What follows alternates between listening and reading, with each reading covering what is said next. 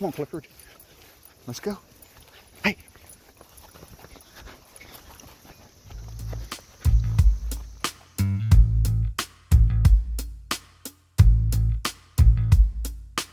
Back on the Cobra today.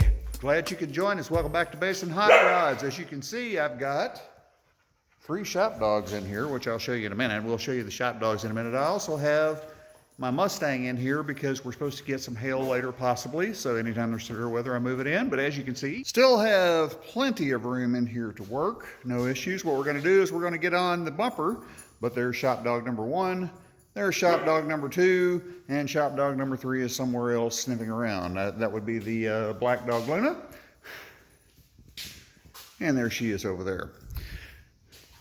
What we're going to do today is we're going to try to get this mounted up. I already got a test fit on a bushing there to see how long of one I need. I got my spacers in.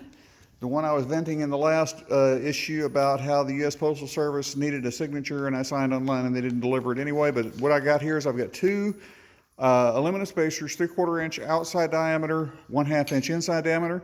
I need them to be 4 inches long. I got 2 8-inchers, got 4, cut the 2 in half, then that should be good to go to help us mount this up. Let's get busy.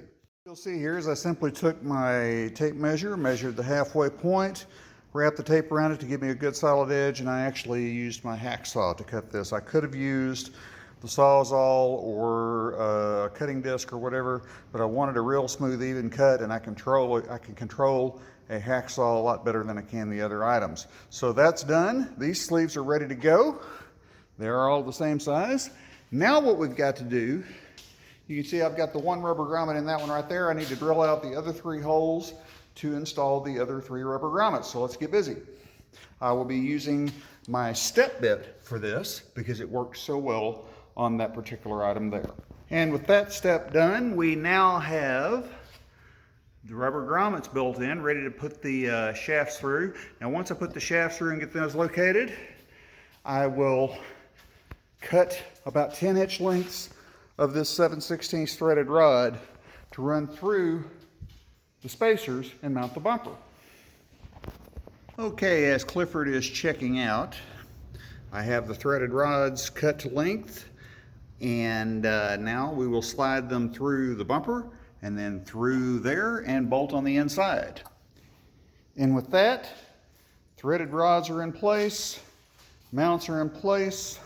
The bumper sticks out a little bit further than it should. I can always shorten the sleeves a little bit if I want to, but the important thing is I've got plenty of clearance for the trunk handle now without actually banging your hand constantly on that. I can always shorten that if I want to, but frankly, I think it looks pretty good. I can certainly live with that. Again, we've got more of those sleeves on the way that'll be here Friday to shorten that up, that gap up right there, and get it shortened up using the same mounting technique that I used here. What do you think about that, Clifford? You like it? Well, he looks happy, doesn't he? And of course, Opie is over here. He's looking happy too. Not real sure where Luna is. There she is over there. She's just chilling. So at that point, we'll leave it to the shop dogs and continue the next time. As you can see here, this is the head wound I alluded to from the previous video.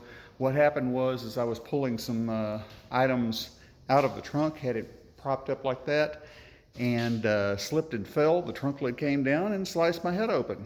Always be careful in the shop, guys. A lot of dangerous stuff out here. We'll see you next time.